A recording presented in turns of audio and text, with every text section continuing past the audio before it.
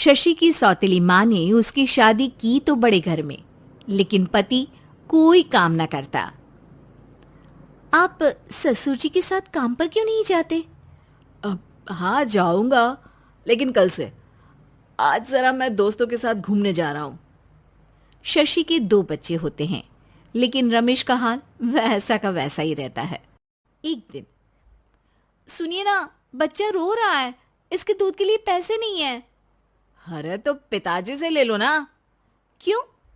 अगर आप में कमाने की क्षमता नहीं थी तो शादी क्यों की? तभी घर आई बड़ी ननद बोल पड़ती है। आहा हा हा, तुम्हारी माँ को साफ साफ कह दिया था कि लड़का ना कमाता है ना कभी कमाएगा। हम 4 बहनें हैं इसका ख्याल रखने के लिए, और पिताजी का इतना सारा पैसा, तुम्हें किस चीज की कमी रखी है? लेकिन थोड़े ही सालों में तकदीर बदल जाती है। शशि का ससुराल गरीब हो जाता है। सब बिकने के बाद शशि अपने पति, बच्चे और सास के साथ किराए के मकान में आ जाती है।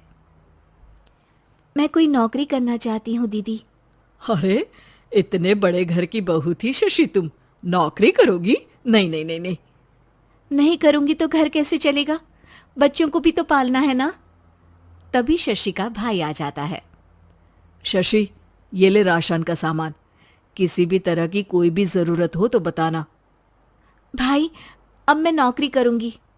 देख बहन, वैसे तो मैं तेरे साथ हूं, लेकिन हाँ, मैं ये भी चाहता हूं कि तू अपने पैरों पर खड़ी हो जा। शशि को एक प्ले स्कूल में छोटे बच्चों को संभालने की नौकरी मिल जाती है। एक दिन, शशि, मेरे स्कूल को अब तुम संभाल लो। मैं कुछ दिनों के लिए अपने बेटे के पास जा रही हूं।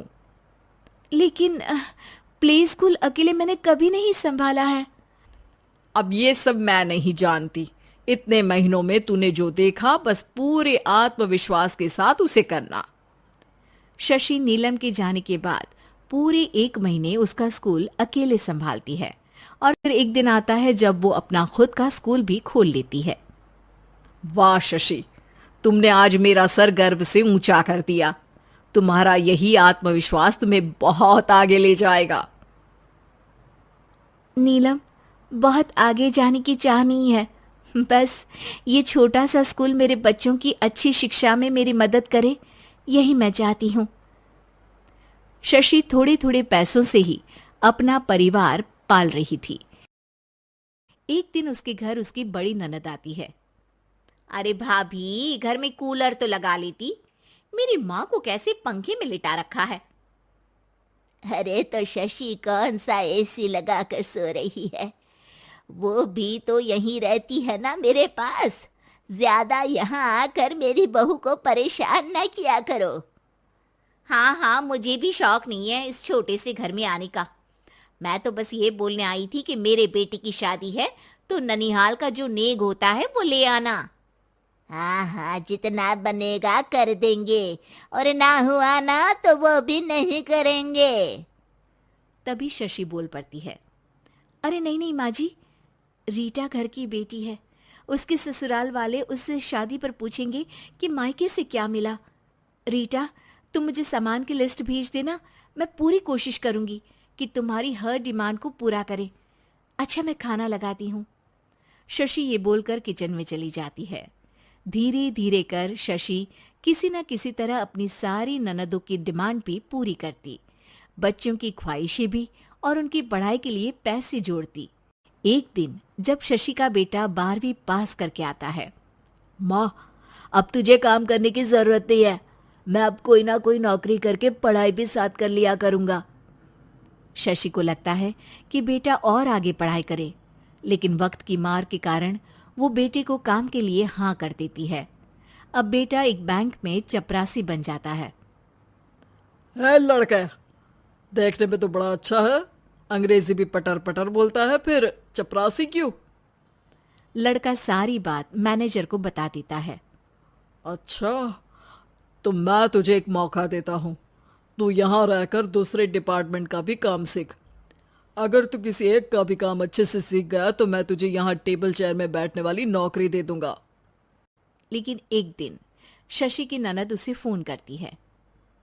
अरे भाभी, देखो, मायका तो मेरा तुम लोगों से ही है।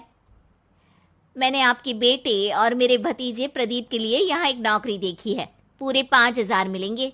वैसे करता ही क्या है, चपरासी ही तो है ना। कोई बात नहीं रीटा, मैं उसे इस शहर के बाहर नहीं भेजना चाहती हूँ। बाकी वो शाम को आएगा तो मैं पूछ लेती हूँ। वहीं प्रदीप मैनेजर की बात से खुश हो जाता है और मैनेजर के काम पर ही नजर रखने लगता है। वो उनकी तरह के पेपर पढ़ता, काम करता और आने वाले लोगों की बातें सुनता। एक दिन बैंक में ऑडिट वाले आते हैं। ये गलत है, पूरी बैलेंस शीट नहीं मिल रही है, कहीं ना कहीं गड़बड़ है। ए मैनेजर, क्या करते हो? बैंक के पैसों का हिसाब सही नहीं है। मैनेजर के पसीने छूट जाते हैं। तभी प्रदीप वहां जाता है। अब क्या मैं ये बैलेंस शीट देख सकता हूँ? अरे बेटा, मजाक नहीं, जाओ पानी लेकर आओ एक गिलास। प्रदीप मैनेजर को पानी लाकर देता है और फिर ऑडिटर से कहता है, देखिए सर, मैं आपको बता सकता हूँ कि कैसे बैलेंस शीट को आप लोग गलत तरीके से जोड़ रहे हैं। ऐसा बोलकर प्रदीप एक एक कर सारे डाउट क्लियर कर देता है। अरे हाँ, ये तो पॉइंट हमने देखे ही नहीं थे। गुड, कौन है ये बच्चा? तभी मैनेजर बोल पड़ता है, अब हमारे यहाँ अकाउंट में नया आया है। ऑडिटर के जाने के बाद, वाह प्रदीप, आज तो तुमने मेरी नौकरी बचा ली। और आपने भी तो मेरी नई नौकरी लगा दी, अकाउंटेंट की। बस फिर क्या था, प्रदीप ने एक बार जो सफलता की सीढ़ी चढ़ी, बस चढ़ता ही चला जाता है। फिर एक दिन शशि की ननद, अरे भाभी कैसी हो? घर को तो बड़ा ही सुंदर चमका रखा है। अरे बेटी, कैसे आना हुआ? तू तो इस छोटे से घर में आना भी नहीं चाहती थी। कोई खास काम है क्या? अब हाँ, वो माँ, मेरा जो मजला बेटा है ना, वो अकाउंट से पढ़ाई कर रहा है, तो प्रदीप से बोलकर उसकी भी कहीं अच्छी नौकरी लगा दो ना। सास और शशि समझ जाते हैं कि कैसे पैसे आते ही लोगों के बात करने के तरीके से लेकर रिश्ते निभाने तक में बदलाव आ जाता है।